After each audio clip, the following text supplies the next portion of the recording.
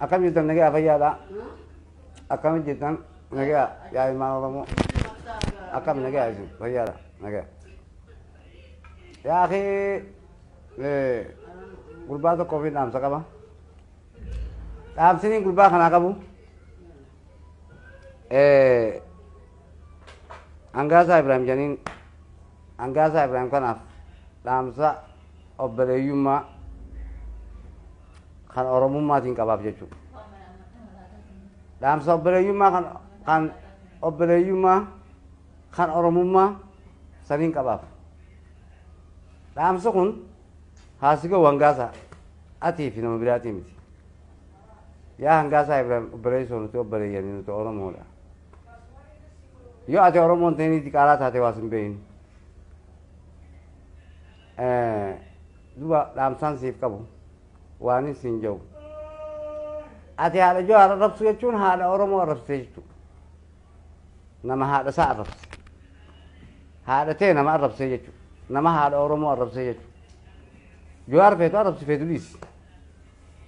Jawaar akka nama moosareettuu silaale niin beeka isa. Akka nama moosareettuu silaale gartee niin beeka Jawaar.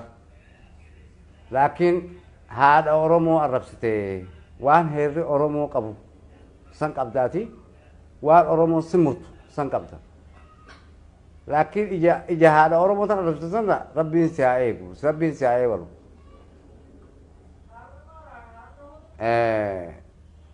Tanaan siif qabaani laakiin ati yoo gorfamte gorfami yoo gorfamte gorfami nuti obboleessa keenyaafis himna dhugaa suni. Yoo gorfamu baates si beekaa yoo uummata keenya irraa gattaa'u baate si beekaa yaa obboleessoo. Tana kanaatiin sin jaan. Tana kanaati Jibriil adii galatoon. Waan siin jiru dhaamsa kanaan siin qaba jechuudha. Hangaasaa yoo gorfamte gorfami yoo gorfamu baate immoo arraba kaa itti seeni. Arraba keenuma oofadhu. Laakiin arrabni kun sirraa citu jiraata immoo. Wallaahi sirraa citu jiraata.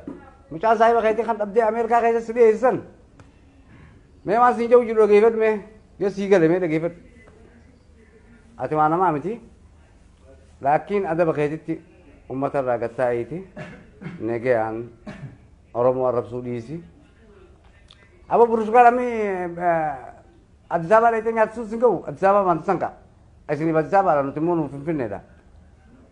Singau sun furushka hame sura guru ture taayee dandayaa sun kan akka keeti Oromoon waan jette dhageesse namni fokkatu hin qaanfatu jette. Namni fokkatu hin qaanfatu. Oromoon dur maammaa kana fiddee dhuftee turte. Namni fokkatu hin qaanfatu. Mee laali taayee dandayaa sun kan akka keeti sun waanuma Oromoon jibbitu dubbata malee waan Oromoon jaalattu hin dubbatu. Yaa akhi obboleessoo Ramadaan as deema negeyaan uummata Oromootirraa gattaa'i afaan kee qabadhu gattaa'i us hin jenne yoo us baate immoo waan kana sitti haafis hin jenna yookaan wanni kun maal inni korooraa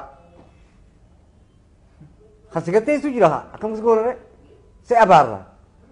Nuti Oromoon gaafa duraatu nu abaarra kan nuti ta'in abaaru beekna. Abaarsan fuudhii ni taa'i. Haadha Oromoo arrabsitee anaaf balleessee jettee uummata Oromoo gaafachuu qabda.